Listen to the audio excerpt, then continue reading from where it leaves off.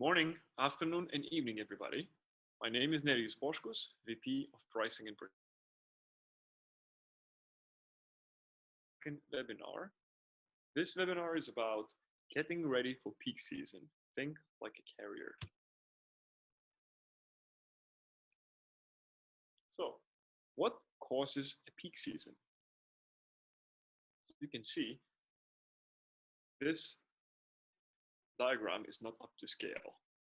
It simply is here to show you that some of the months are a lot busier than others. So really, why does this happen? The first peak of the year, or the biggest and the longest peak of the year, is July, August, September, and half of October.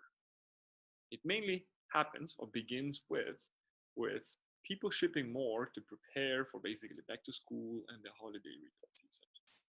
It is also combined with the Golden Week. The Golden Week is a holiday in China that happens in between October 1st and the 8th. All your factories and suppliers will be closed during that time period. So what happens is companies are ordering a lot more to make sure they have enough inventory in the United States because factories or suppliers in Asia, which maybe China, are not able to fulfill those during the first week of October. There are some other holidays that happen right after October. What are those? It's the Thanksgiving, huge sale happens that night. It's the Black Friday and the Cyber Monday.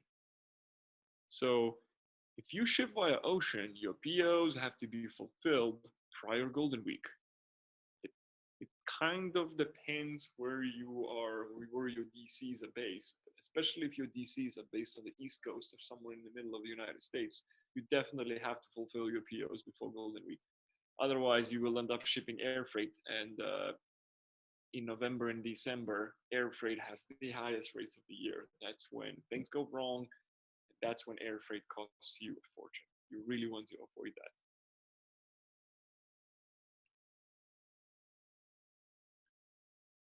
There is a second peak of the year, which actually happens at the beginning of the year.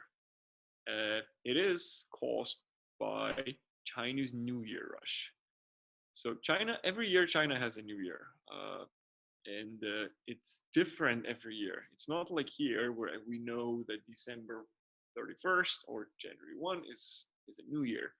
In China, New Year is changing every single year. So next year in 2018, Chinese New Year will be February 16th, if I'm not mistaken. And last year, it was a lot earlier. So last year, Chinese New Year was January 28th. What does that mean? That means that peak season this year will also be delayed by about 2 weeks. Last year, peak season started early December and lasted through January.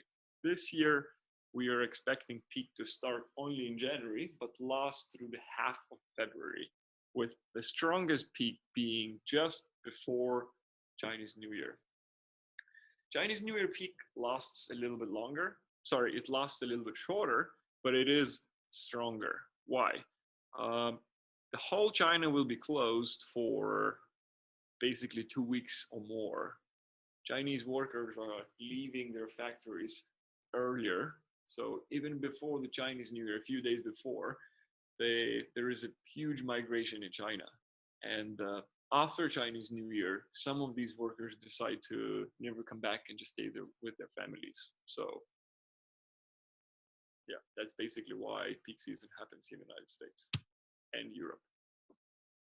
Now, when there is more demand, but no more supply, carriers have to make choices. They still have the same ships that they used to have before peak. So how do they award limited space? They look at the historical volumes. Let's take an example. If you are importing goods from China, let's say Shanghai to Los Angeles, and you have roughly 500 TEUs, TEU is a 20 equivalent unit a year. On average, that means you are shipping about 10 TEUs a week.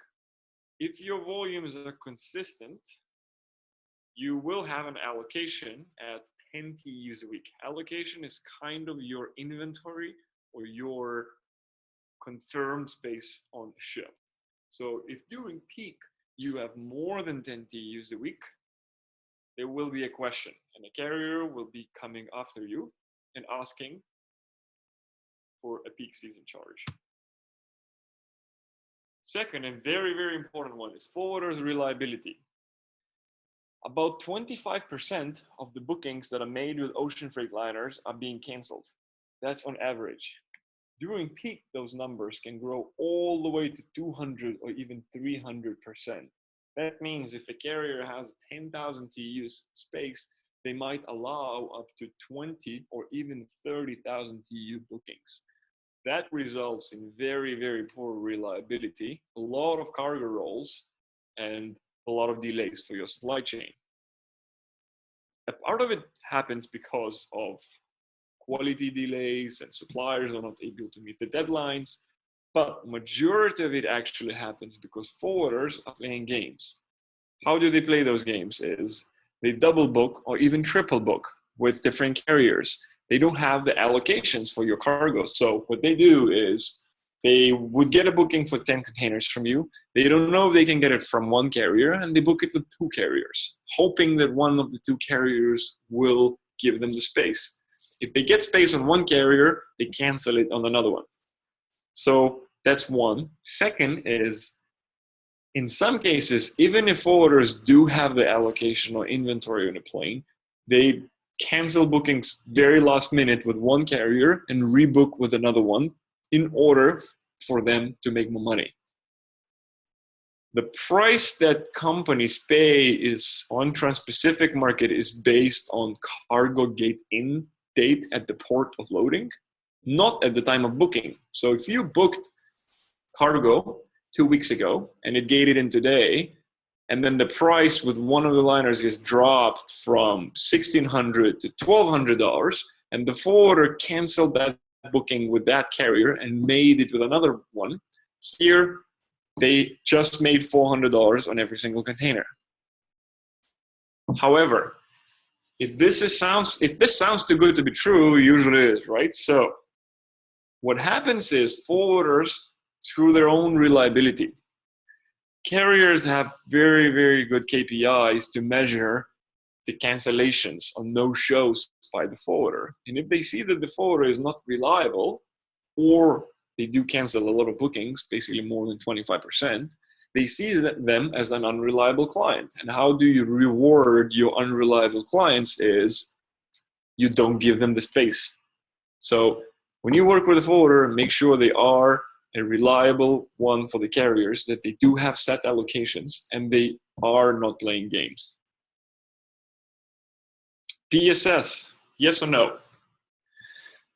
So if your business is seasonal, meaning if you ship more during peak season, you should pay a PSS. If your business is seasonal, but you're shipping more outside of the typical PSS, you should not pay a PSS.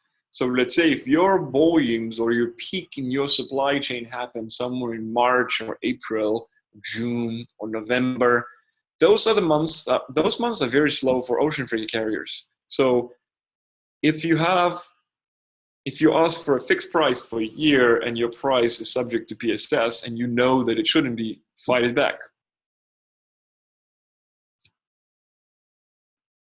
How much of a PSS should I pay? That really depends on supply demand. Rates can fluctuate a lot. Typically PSS is in a range of $200 to $600 a 40 foot. Other sizes per formula, and the Trans-Pacific formula is 80 to 90% at 20 foot, and 40 high cubes usually are priced equally or plus $50 a 40 foot. So yeah, coming back to the PSS, so how much? Last year when Hanjin went bankrupt, peak season was higher than typically. So really, again, it all depends on supply demand. It depends on market conditions. You should simply make sure that your price is competitive. You can obviously double check and ask your forwarders for carrier announcements. Just have in mind that a carrier announcement doesn't mean everything. Let's say A carrier made a peak season announcement for August 15th for $600 at 40 foot. Will you be hit by $600 PSS? It's unknown at this time. You should ask your freight forwarder to give you an actual implemented PSS announcement at the day of implementation. A lot of carriers will actually mitigate those PSSs, and the forwarder sometimes keep that difference for themselves. So again, just stay on top of it. Extremely important.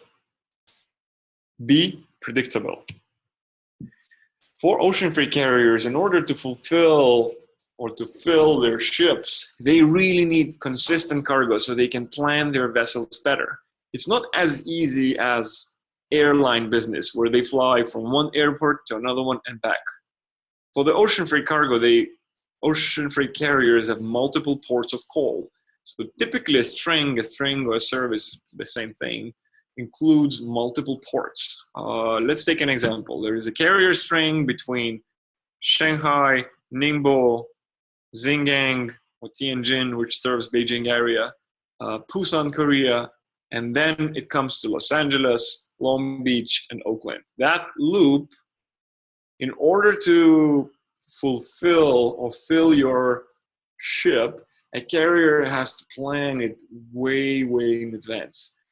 Because if you get your ship full in Shanghai, it doesn't mean you still have your ship full in Busan because there is some intra-Asia cargo. So there is really a lot of planning. What helps carriers is consistency. So that's one. Another way to basically be consistent is book reliably with one carrier. Make sure that your forwarder is not just booking with one carrier 1 week, another carrier a second week, a third carrier the following week. If you have consistent volumes, make sure you see on your bills of lading from the freight forwarders, they are using consistent carriers. If they are completely inconsistent, that basically means they don't necessarily have the allocation. They are booking 1 week with one carrier where they could get space. Next week they're scrambling, they will find space again. They will book with another carrier. Demand consistency and be consistent yourself. Second, provide forecasts to your forwarder. Your forecasts should include the following details: number and size of container by supplier, port of loading, port of discharge, and the consignee. Cargo ready date for each container. And if you are unsure, work with your suppliers and tell them to look at the POs. It's extremely important to mention that even if your data is not 100% accurate, it's still better to provide a forecast, a running forecast, and adjust it as needed. If you know that your supplier is unable to fulfill the orders, share that information with your service provider. Some suppliers are hiding their inability to fulfill the POs. So have a KPI for your suppliers to be predictable. Like a lot of them would simply tell you yes when you place a high order because they don't want to lose that to another competitor. However, sometimes if you place, let's say, a PO for 10,000 units, they know they can only fulfill 5,000 by the date. They will still agree to your deadline, and very last minute they will say, look, some quality delays, your PO will be delayed by 10 days, which might not affect your business that much, but it will really affect ocean freight carrier, because what will happen is carrier will have a space reserved for you, and very last minute that will be canceled. For carrier, it's a lost revenue. For forwarder, it's a lost reliability in the carrier's eyes. Be prepared to pay. If you have fixed rates meaning that your price basically doesn't change for shipping all year round. And in order to even have fixed rates, you should be shipping roughly 500 TEUs or even 1,000 TEUs, depending on a port pair and a trade lane. If you have more cargo than expected or predicted, you might end up paying FAK rates on some of your cargo. So let's take the same example that we discussed before. If you're shipping from Shanghai to Los Angeles and you have 520 TEUs a year, meaning 10 TEUs a week, all of a sudden in September you come to a carrier or your forwarder and say, look, now I need to ship 50. your allocation is only based on your historical data, which is, for argument's sake, let's say 10. Now you have 40 TEUs that are above your allocations, and the carrier might ask you for two things. One, they might ask you to pay a PSS, even though your price might have been not subject to PSS. They might ask you to pay a PSS on top of your fixed price for everything that's above your allocation, or they might even ask you to use your FAK rates. It really depends again on supply demand and if that carrier is able to even fulfill those orders, because again, they do plan everything in advance. Important here to know is if you do have your allocation set at 10 or 12 TEUs a week, you have a right to ask your forwarder for a little bit more. And in some cases, they might be able to fill the 14 or 16 or 12. It's all based on case by case basis, but still it's worth bringing it up. Don't just limit yourself to 10. You can ask for a little bit more, but just be realistic. What else you can do to improve this or to avoid some of the hassles that PSS might cause? Prioritize by shipment. What does that mean? Now, if you have a lot of shipments during peak, don't simply book them all equally. Tell your freight forwarder what to roll if necessary. So if you have, let's say, 10 or 20 TEUs, or even if we're talking about SKUs. So if you have specific SKUs or products that have to move, tell your forwarder that in advance that, look, don't roll the LCD TVs. Don't roll chairs, but you can roll some raw material. So if you give that flexibility to a forwarder, if something happens, a carrier usually tells a forwarder, and they usually give them a 2-hour notice. They will say, look, I know you have 20 bookings on this particular ship. Can you choose quickly 2 of them that will roll? In some cases, forwarder will fight back and win. In some cases, they will fight and lose. So if they don't have your shipments ranked, they might simply choose randomly. We don't want that. So that's 1. 2, people very often forget this. Split your containers across multiple bills of lading. So carriers don't roll your containers one by one. If you have large bookings during peak, large bookings meaning 5 containers, 10 containers, 20 containers on one bill of lading, please split them across multiple bills of lading. So let's take an example again, shipping from Shanghai to Rotterdam this time. You have your allocation set in place for 2-3 containers a week. And this time you book 4. The carrier has reserved space for you for 3, but you wanted to book 4. If you were to book 3, those would always get on a ship, or usually would get on a ship.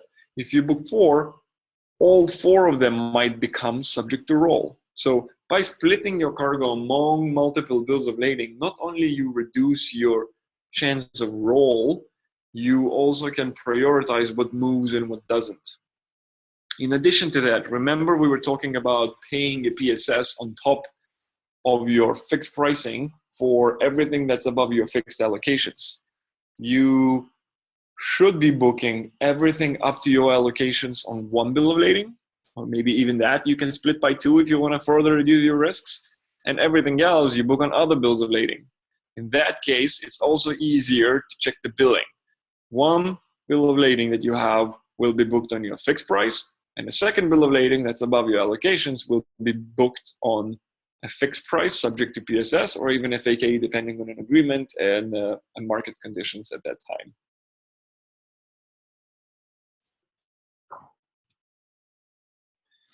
Avoid transshipments.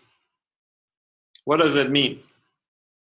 So during peak, and actually not only during peak, always, your cargo can roll twice. It can roll at the time at the port of loading where your container gated in, let's say in Xiamen, China. Your carrier has accepted the booking. It's supposed to depart August 2nd, and then August 1st, they send you a notification saying your cargo will be rolled to August 9th, basically delayed by a week. Let's say that didn't happen and your cargo departed. It doesn't mean it's going to get in the United States on time. During peak, every vessel loading carries the risk of rolling. So if you transship, like I said, you can make it the initial sailing, but still be rolled on a second leg.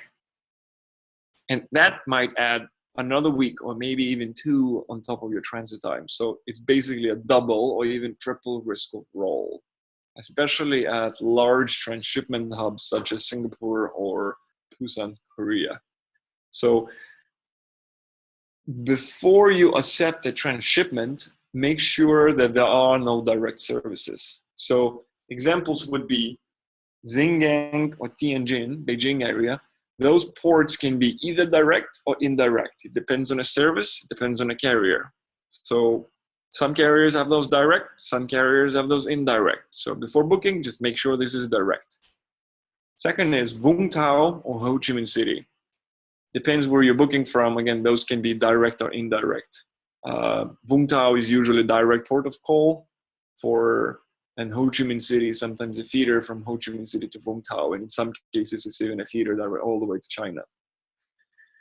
Xiamen is another one. There are other ports in China that are also transshipped. So one more advice I would have for your transshipments, that if you do use a transshipment or your forwarder uses transshipment, they should make sure that a transshipment happens in Southeast Asia instead of in China, because they're typically less affected by a peak. So if you have a service that's fully dedicated to, or a carrier has a service that's fully dedicated to Southeast Asia, such as CMA Colombo service, they're less affected by peak, like I mentioned, one. But second is they only go in the Southeast Asian ports. So that specific service is between Port Keelung, Malaysia, Singapore, Jakarta, Indonesia, Laem Chabang or Bangkok, Thailand, Vung Tau, Vietnam, Ho Chi Minh City, and then Los Angeles and Oakland. So if there is a transshipment from, let's say, Chennai, and that connects to that particular ship in Singapore, it's much more likely to make it on time than the other one that would connect in Hong Kong, because Hong Kong is a lot more affected by the Chinese New Year or the Golden Week peak.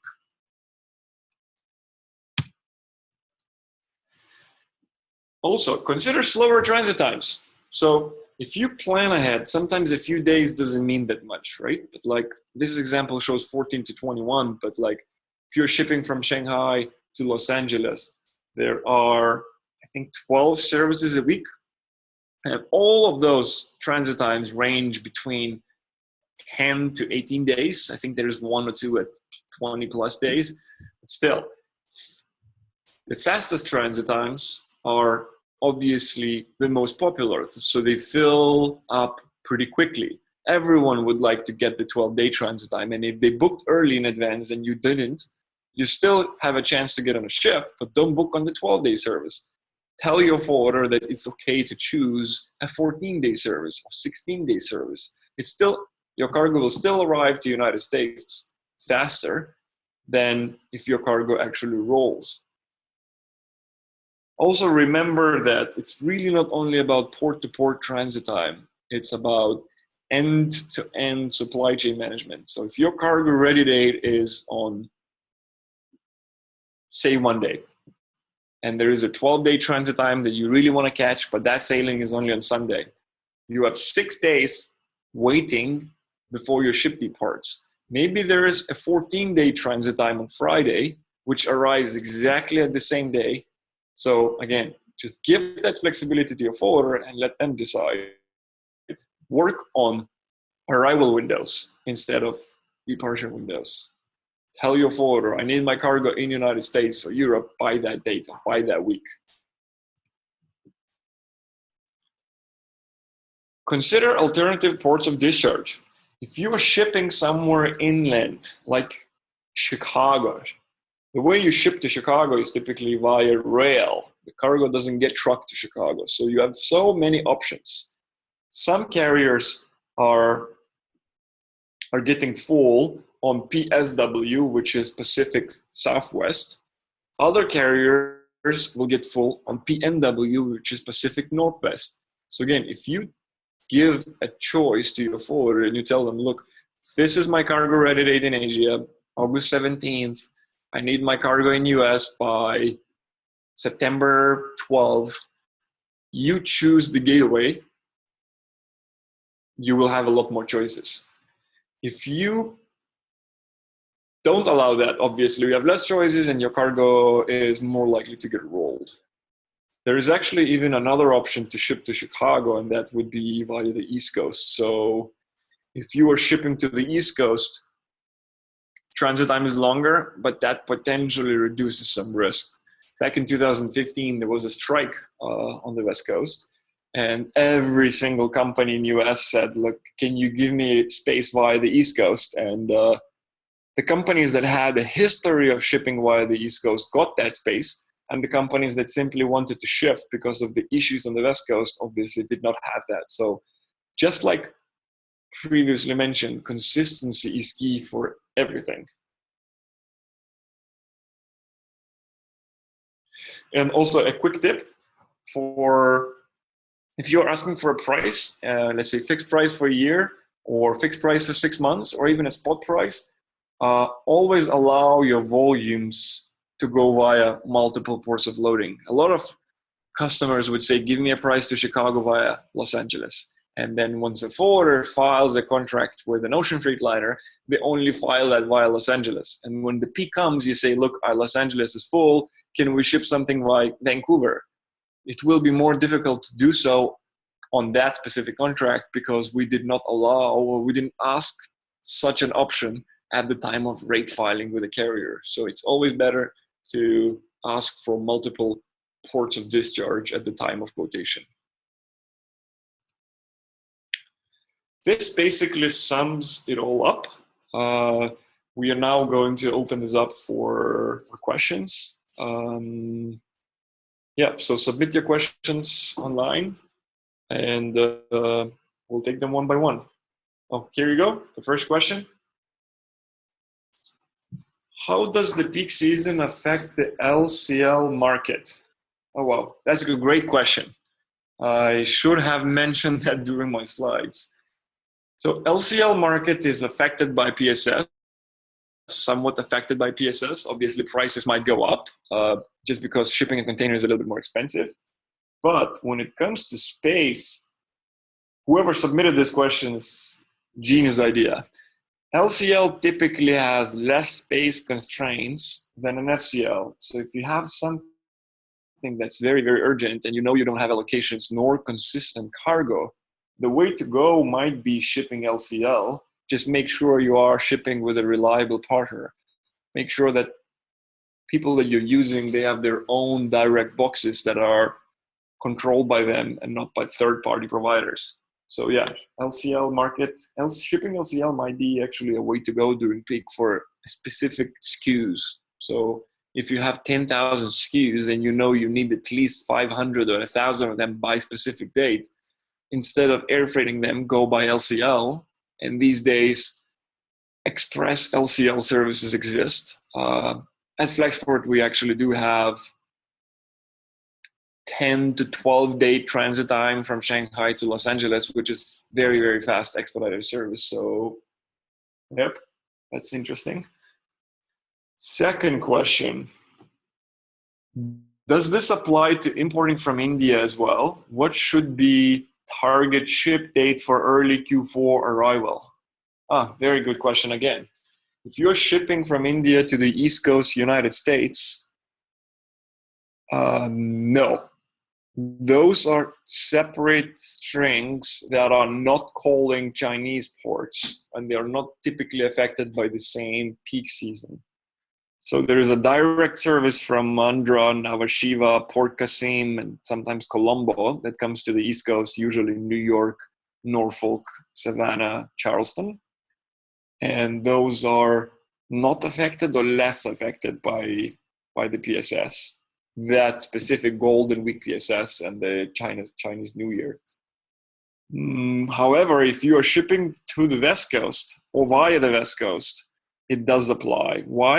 Because your cargo will be transshipped on a service that is going via Trans-Pacific. So let's say if you're shipping from Chennai or even Nhava Sheva, Kolkata to Los Angeles, your cargo will be routed via Hong Kong or Singapore, and those services Hong Kong will definitely be affected by peak. Singapore may or may not be affected, something to watch out for. And if you are shipping inland, that's just a quick tip. If you're shipping inland, such as Chicago, Ohio Valley, Atlanta, Memphis, Louisville, and all these locations in the middle of the US, if you ship from Trans-Pacific,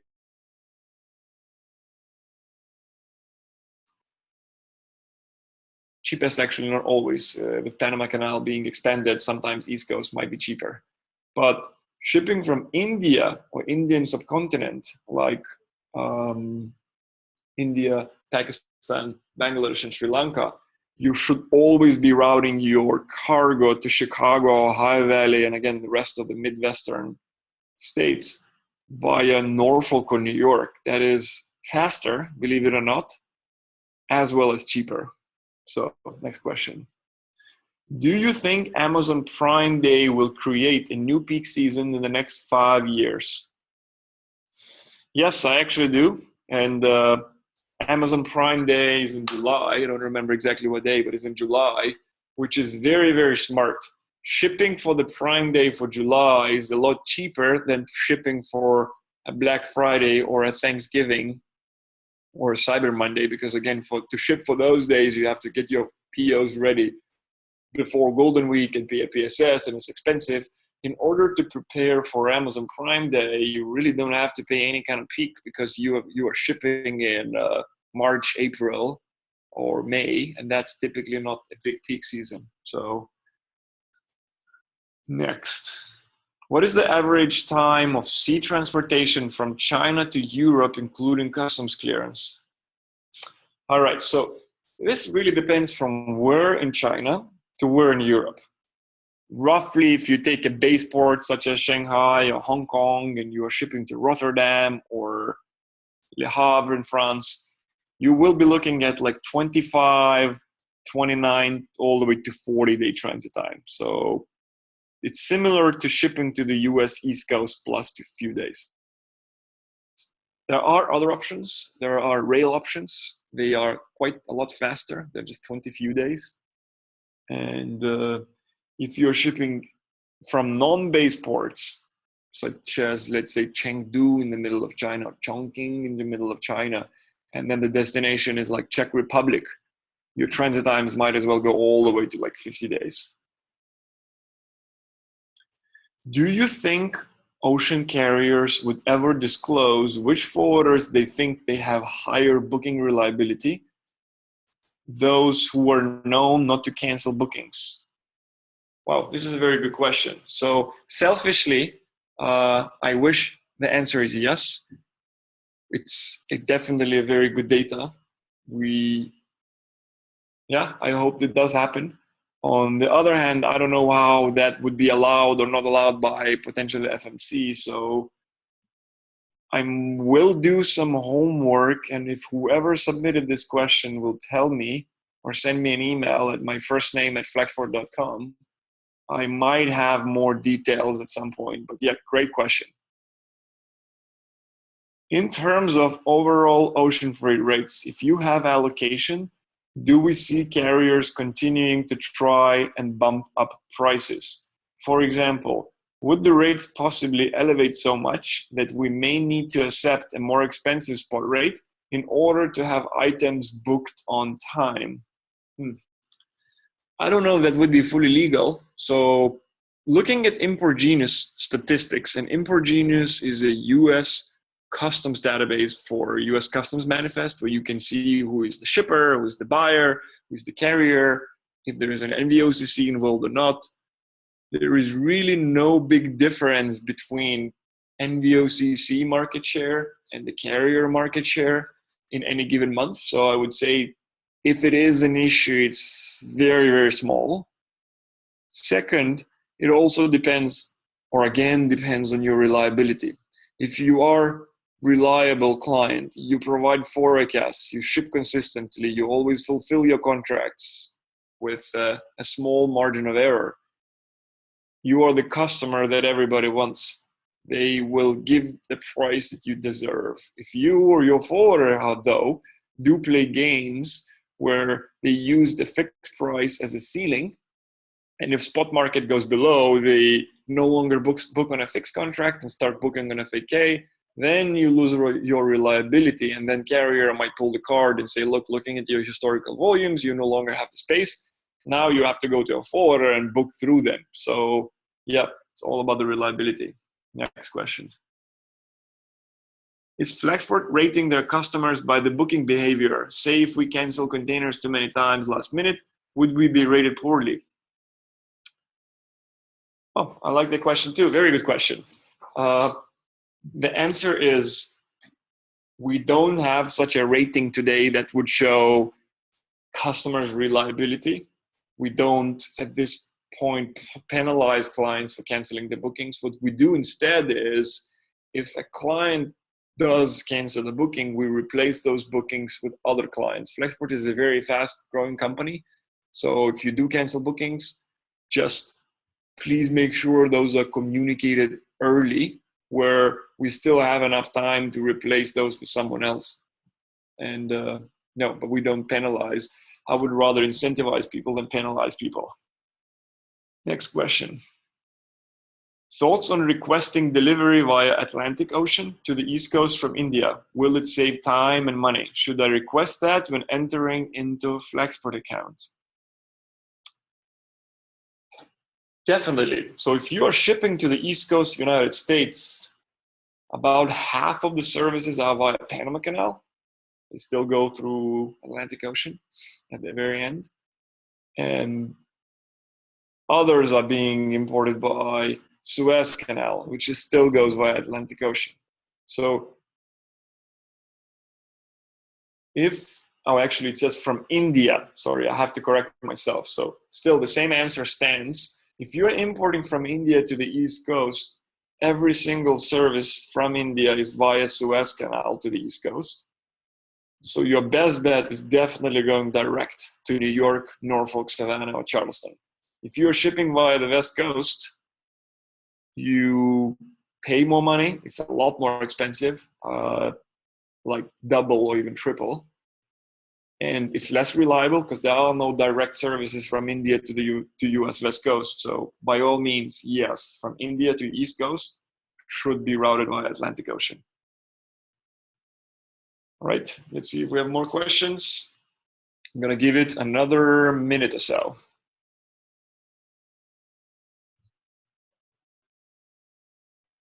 Yep, one more. Thanks for that. At what volumes should a shipper consider a fixed annual price? It depends on consistency. So typically you can ask for a fixed price if you have a few hundred containers, 200-300. There is really no hard answer today.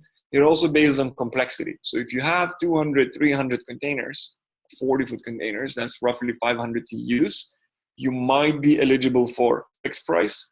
Just always have in mind that a fixed price doesn't always mean low price. Fixed price is a hedged price.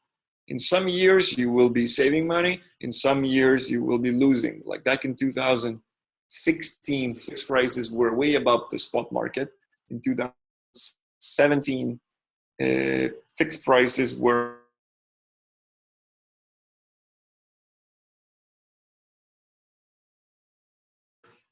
it changes.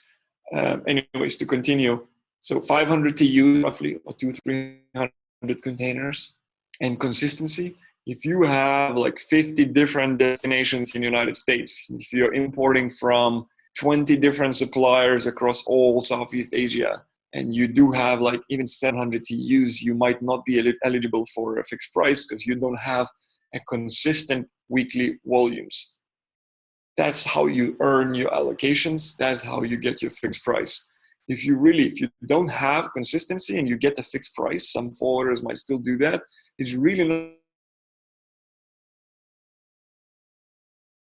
when there is no more space, let's say in September, any forwarder might come back to you and say, looking at your historical volumes, like the carrier no longer gives me space. What do you want me to do? Do you want me to ship on FAK? And you will end up paying even more. So it might be better not to go for fixed rates until you actually have consistency. Oh, one more question. If we have signed a NAC or a named account, how does that affect allocations during peak?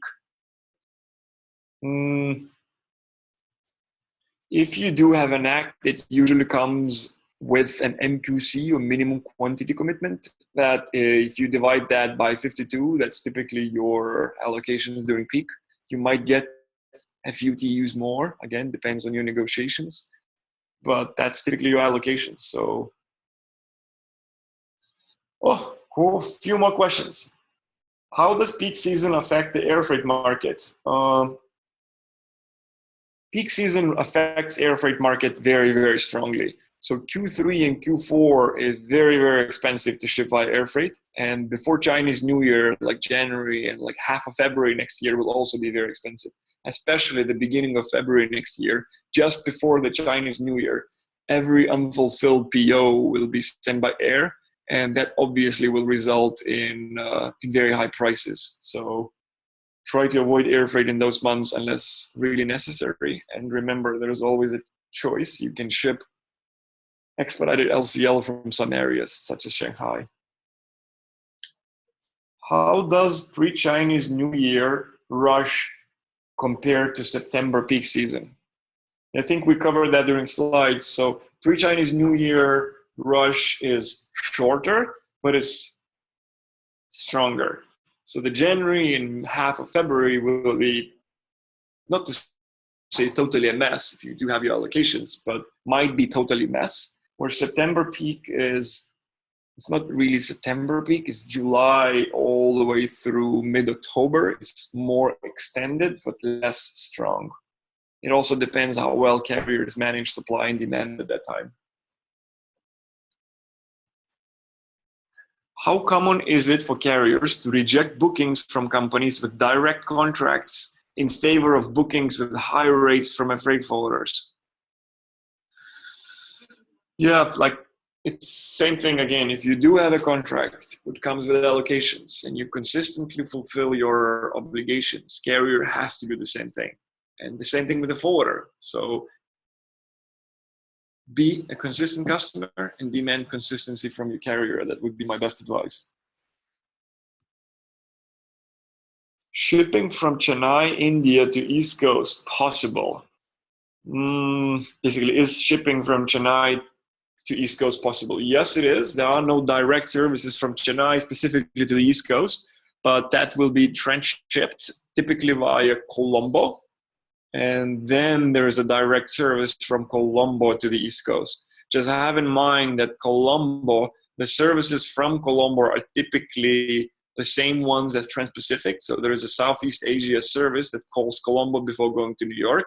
And that might be affected by peak, even though it comes from India and subcontinent.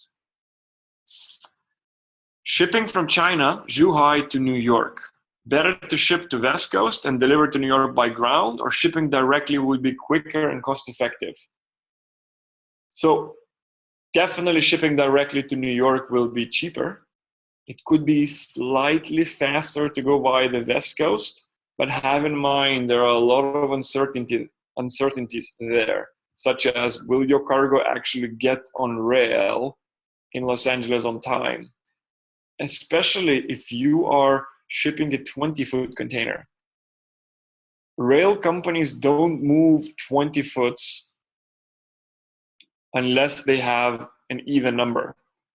So let's say there is only one 20-foot container from Los Angeles on that specific carrier, and I'm not talking about the rail company, I'm talking about the ocean carrier. For example, let's say Maersk. So if Maersk only has one 20-foot container from Los Angeles going to New York, that will be left behind. And rail companies will refuse to take it until they have a second one.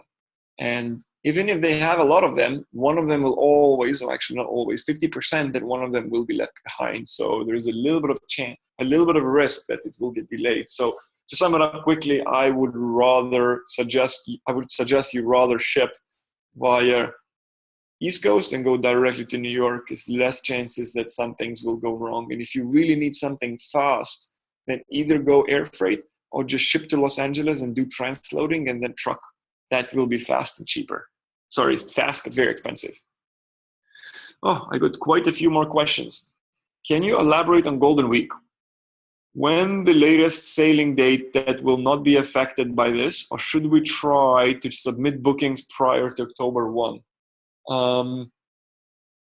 So ships will continue sailing during a Golden Week. However, you need to submit your bookings before that, because some of the forwarders, actually most of the forwarders, won't be working. So like at the very end of September, you should submit bookings to your forwarders, get those released, and your cargo will depart as planned in October. Have in mind, some of the carriers will have blank sailings for especially the second half of October, when demand is expected to be a lot less. And a blank sailing means that that specific week, the carrier will simply have no service and there will be a delay by 7 days. So your choice is to either wait 7 days, and that's not considered a roll, that's considered a blank sailing, or book with another carrier. Follow up on the Golden Week. Are sailings during this week's impacted with lower service levels or just potential PSS? I would say just the potential PSS. The ships are sailing again as planned. As just mentioned, a blank sailing is something that might affect the service levels, but those are typically known well in advance. And if you work with a reliable forwarder, a good forwarder, they should communicate to you and tell you when the blank sailings are, so you can actually avoid those. If shipping containers into the West Coast, then rail inland, should we expect delays with the containers getting loaded on rail? Or will the vessel volumes not affect rail capacity? If delays are expected, how many days have you seen the containers being delayed by being loaded? Just as mentioned before, if you are shipping a 20-foot, those are always subject to get delayed at the destination port before getting on rail, because rail companies don't move them unless they have a pair. So that's despite peak. That can happen at any given time of the year. It's actually less likely to happen during peak because the carrier is likely to have more containers. Second is, yes, there is a chance that there will be a little bit more delays at the port, but it won't be anything significant affected by peak. Why that sometimes happens during peak is at some point in October, November, some kind of winter storms might start, and there might be some snow, and that's when you might see delays on rail.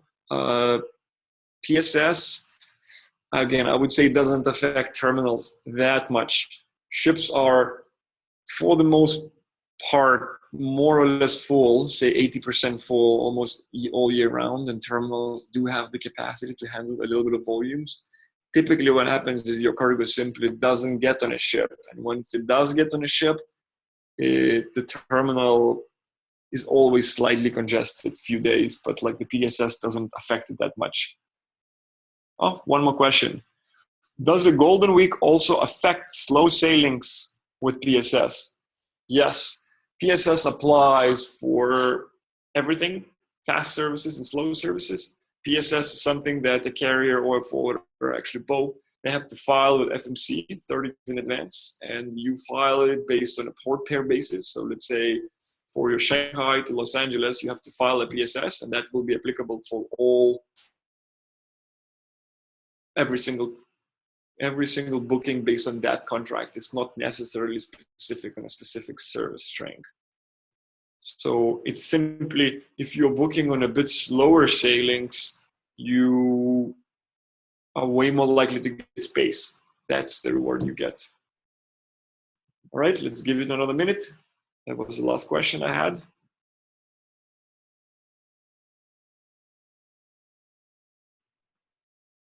All right, seems like no more questions. So again, thank you guys for joining. And I would like to announce a next webinar. It's going to be on Tuesday, August 22nd. It will be held by Brenda, and it's about the top customs risks and how to avoid them.